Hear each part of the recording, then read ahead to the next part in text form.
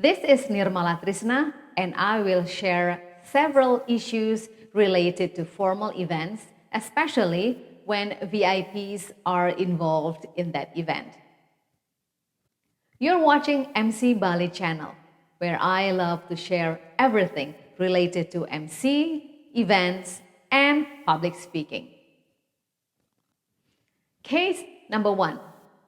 The VIPs is arriving and everyone is expected to rise to welcome the VIPs. And the committee would like to present a token of welcome to those VIPs. Note that I will use lower pitch and also different dynamics to highlight certain important aspects. Ladies and gentlemen, the arrival of our honorable guests. Kindly rise to welcome Minister of Culture and Education. As our welcome gesture, we would like to present flower garland as our token of welcome, and the flower represents the beauty of this city and its people. I will try to use different kind of tone and also different dynamics so you can see the difference on how to create a formal ambience as an MC. Ladies and gentlemen, the arrival of our honorable guest. Please rise to welcome the Minister of Culture and Education. Ladies and gentlemen, the arrival of our honorable guest. Kindly rise to welcome Minister of Culture and Education. Case number 2. What if the speakers or the VIPs have certain academic title? How to announce them? Usually, in formal events or in international formal events, academic title is not always announced along with the name. Well, sometimes like PhD or doctorate will be mentioned before or after the name. But mostly, the names of our honorable guests are excluding their academic title. Those titles and their achievements will be mentioned when we introduce these speakers or this VIP during a formal presentation or for a seminar or conference, when we introduce and invite them to the stage. The purpose is to highlight the VIP's title and especially their credentials related to the seminar or conference topic. This is a sample that I made. I will read the script using different dynamics also to create some kind of exciting sound because we are excited to have this important speaker with us. Our keynote speaker was one of the most influencing women as elected by the Forbes magazine in 2008. She was chosen to be the executive director of International Monetary Fund in 2022.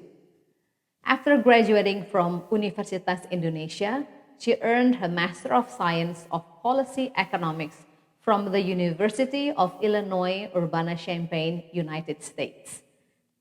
And in 1992, she earned her PhD in economics from the same university.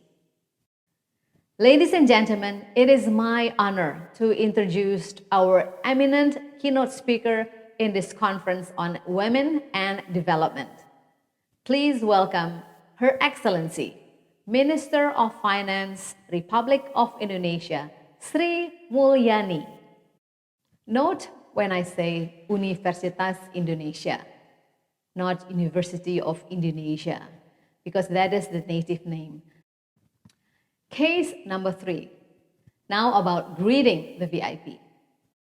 His Excellency or Her Excellency is normally used to address head of state or head of country, also to ministers or head of state agency.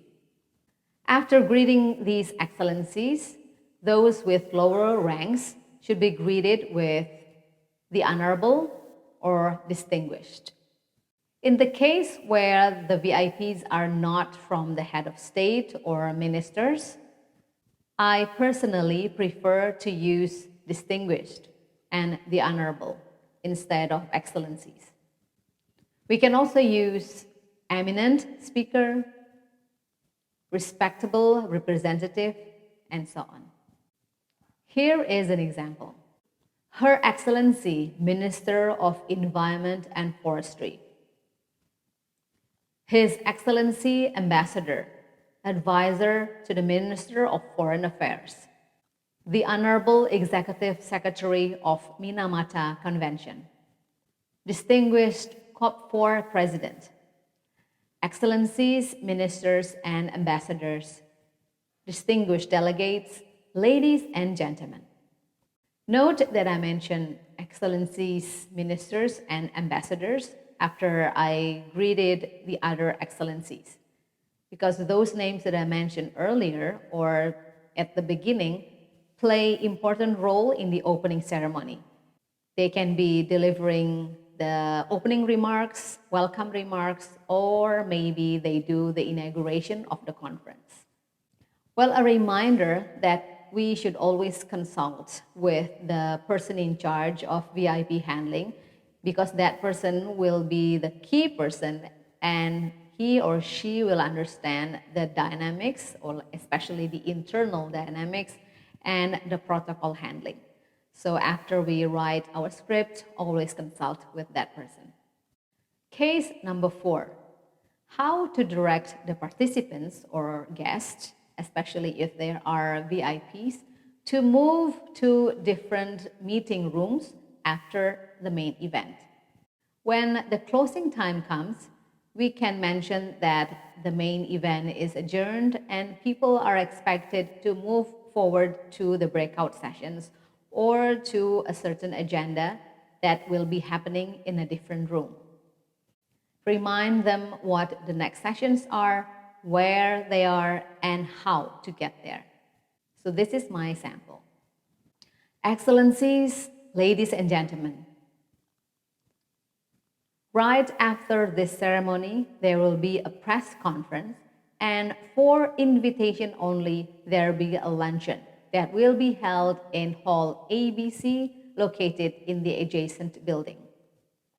For member of journalists and assigned officials, kindly proceed to Hall D for the press conference. For everyone else, please be reminded to join your assigned breakout sessions, and there will be a plenary session here at the same room that will be started at 3 p.m. Same case for multi-days event. When we do the closing for day 1, we should recap what has been happening on day 1 and what will happen on day 2. Here is my sample. Distinguished delegates, ladies and gentlemen, we have come to the end of day 1 of our seminar, where we have listened to various speakers who have shared their insights. Tomorrow, there will be more exciting sessions presenting various speakers from the industry. Please be reminded, tomorrow, day 2 of our seminar will start at 9 a.m. sharp. Enjoy the rest of your evening. Thank you. See you tomorrow. So that's all for now. I hope all those information and tips from me are useful. Let me know if you have any questions and write it down in the comment section.